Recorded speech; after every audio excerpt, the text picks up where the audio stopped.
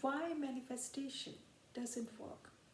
People try hard, they try all sorts of positive thinking, focus, believing in their goals, visualizing techniques, or any other technique for manifestation. But still it doesn't work? Why? What is the reason behind it? People try so hard, but there is no result at the end. They just give up. They get overwhelmed, so they stop trying different techniques to manifest their goals.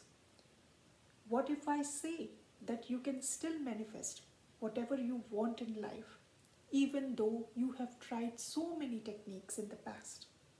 Come and join my workshop, Manifest Your Dreams.